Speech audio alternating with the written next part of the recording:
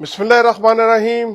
दोस्तों और मेरे साथियों, आप सबको मेरी तरफ से दुबई यूएई की में मौजूदगी का फायदा उठाते हुए आप सबको अस्सलाम वालेकुम।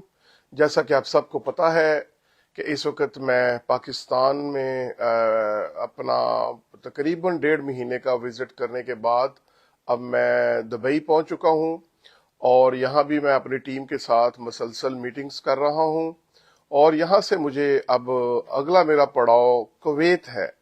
कुवैत में अपनी तंजीम के साथ मिलने के बाद मैं इंशाअल्लाह वहाँ से बार्सिलोना के लिए रवाना हो जाऊंगा। मैं आप सबसे कुछ चीजें शेयर करना चाहता हूँ। एक तो आजकल आपने सुना होगा कि आ तेनू सैर करावा, तेनू बुर्ज खलीफा दिखावा। तो मैं आप सबको भी बुर्ज खलीफा दिखा रहा हूँ। मेरे बिहाइंड आप पीछे देख रहे हैं, मैं काफी इस वक्त हाइट पे हूँ। तकरीबन 41 प्लस फ्लोर के ऊपर मैं इस वक्त मौजूद हूँ।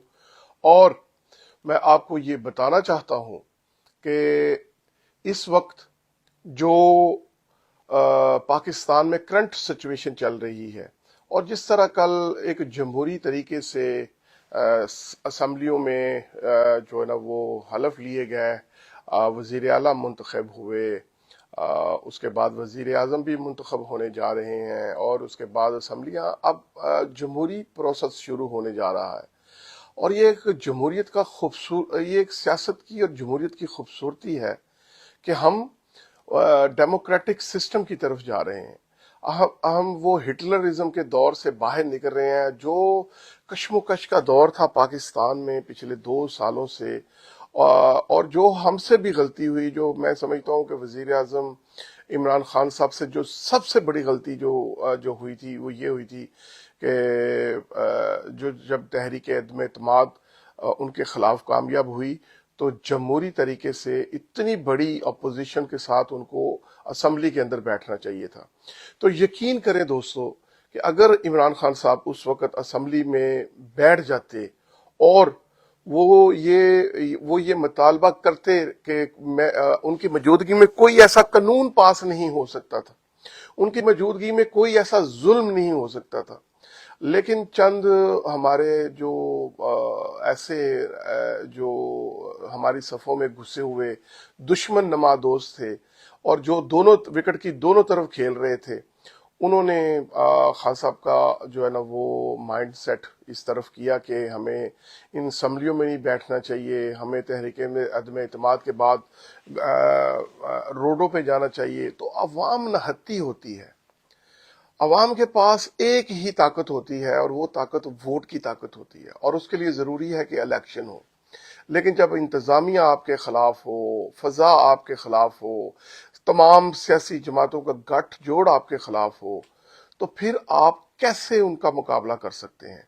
आपने देखा कि ये पिछले 9 मई के बाद जो जुल्म और जो ज्यादती सियासी पॉलिटिकल वर्कर के साथ हुई, उनकी चादर और चार दीवारी का जो तकद्दस पामाल किया गया और आज भी जेलों में बेगुनाह खवातीन जो बैठी हुई हैं, मैं समझता हूं कि ये हमारी वो गलती थी कि हमने दोनों हाथों से अपनी ताकत को दूर फेंका। हालांकि अगर कोई काउंसलर बन जाए तो वो काउंसलर की सीढ़ी नहीं छोड़ता, लेकिन पता नहीं इमरान खान साहब की क्या हिकमत अमली थी कि उन्होंने यही मुनासिब समझा और सड़कों पे आना ही मुनासिब समझा।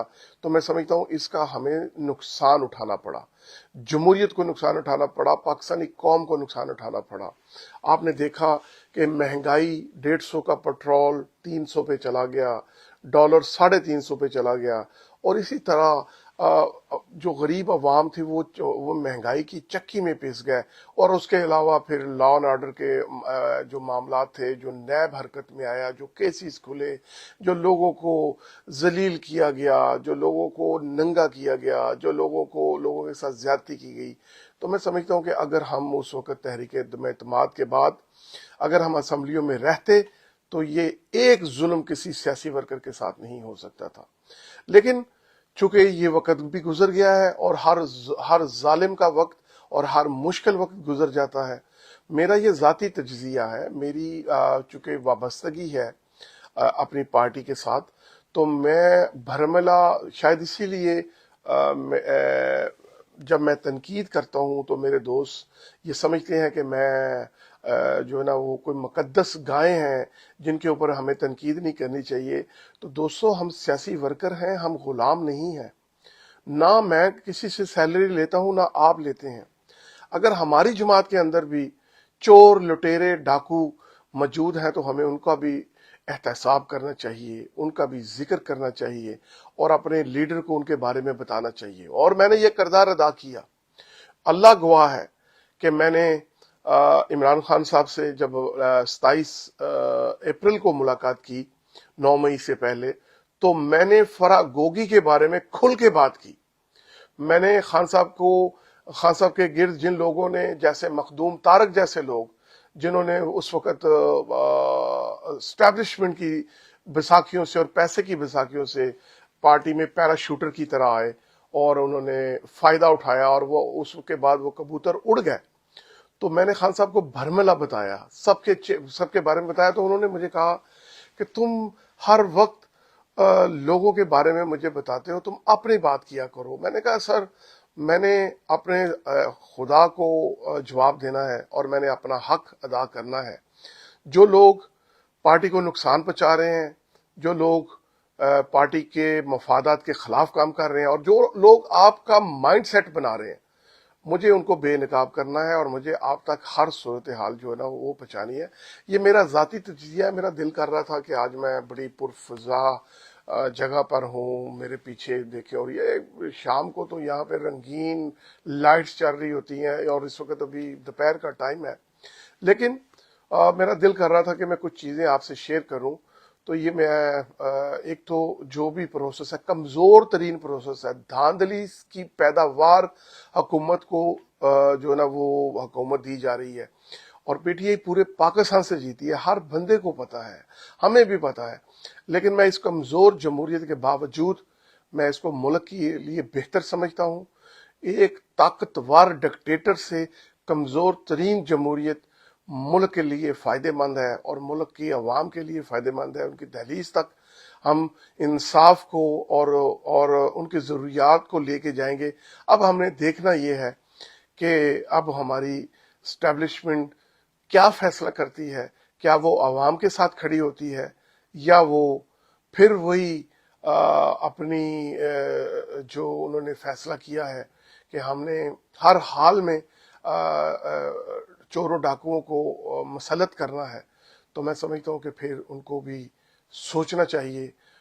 عوام کی آواز نگارہ خدا ہوتی ہے، اور خدا کی دی ہوئی آواز، عوام کا دیا ہوا فیصلہ، مینڈیٹ جو دیا ہے پی ٹی آئی کو، عمران خان کو، اس کو تسلیم کرنا چاہیے. جہاں پہ غلطی ہوئی ہے، غلطیوں کو ٹھیک کرنا چاہیے. چلے نہ مانے، لیکن غلطیوں کو ٹھیک کرنا چاہیے. اور جو بے ضمیر اور ڈاکو، چور، لٹیرے جو ہارے ہوئے اور قرآن پاک پر حلف لے رہے ہیں، ان لوگوں کو بھی سوچنا چاہیے. ان کی اولادیں ہیں، بچے ہیں، فیملیز ہیں، کل کو انہوں نے بھی مرنا ہے. اور قرآن کے جھوٹے حلف جو ہے نا، ان کی قبروں کو بھی ان کو عذاب میں مبتلا کریں گے. ان کو یہ سوچنا چاہیے. آج کے لیے اتنا ہی. انشاءاللہ آپ کے ساتھ فردن فوردن رابطہ رہے گا، اور میں اپنے ٹریولنگ کے بارے میں، اپنی میٹنگز کے بارے میں آپ کو بتاتا رہوں گا. پاکستان زندہ باد.